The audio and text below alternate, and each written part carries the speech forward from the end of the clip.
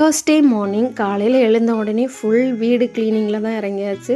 நான் வீடு ஃபுல்லாக டஸ்ட் பண்ணிகிட்ருந்தேன். ஹஸ்பண்ட் வந்து ஃபேனை துடைக்கிறது, வீடு பெட் கவர் மாற்றுறது, அண்டு துணி மிஷினில் போடுறது, துணி காய வைக்கிறதுன்னு சின்ன சின்ன ஹெல்ப்லாம் பண்ணாங்க.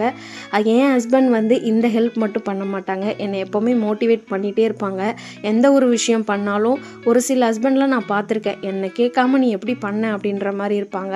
பட் என் ஹஸ்பண்ட் அப்படி கிடையாது, என்னை எப்போவுமே மோட்டிவேட் பண்ணிகிட்டே இருப்பார். உன்னால் இது முடியும், நீ பண்ணலாம், நீ தனியாக பண்ணு, அப்போ தான் உன்னால் எல்லாம் முடியும் அப்படின்ற மாதிரி மோட்டிவேட் பண்ணி இப்போ எனக்கு எந்த விஷயம் பண்ணாலும் நான் தனியாக பண்ணிவிடுவேன் அப்படின்ற மாதிரி ஒரு தைரியம் வந்துருச்சு எனக்கு. ஹஸ்பண்ட் கார் சர்வீஸ்க்காக போயிருந்தாங்க, அவங்கள பிக்கப் பண்ணுறதுக்கு நானே ஸ்கூட்டியில் தனியாக போனேன். இந்த மாதிரி விஷயம்லாம் பார்க்கும்போது எனக்கே காலரை தூக்கி விடுற மாதிரி கெத்தாக தான் இருக்குது. நானும் ஒரு சிங்கப்பெண் தான் அப்படின்னு சொல்லணும் போல் இருக்குது.